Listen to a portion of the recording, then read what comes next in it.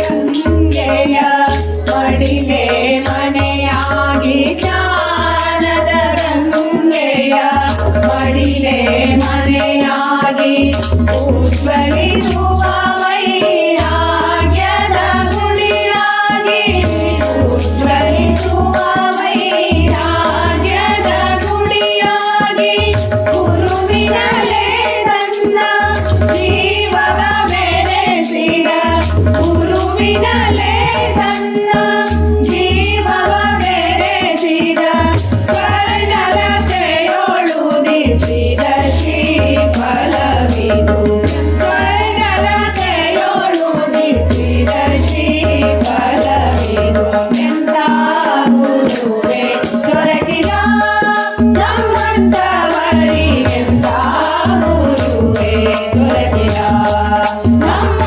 ನಮ್ಮಂತವರಿಗೆಂತ ಗುರುವೇ ದೊರಕಿದ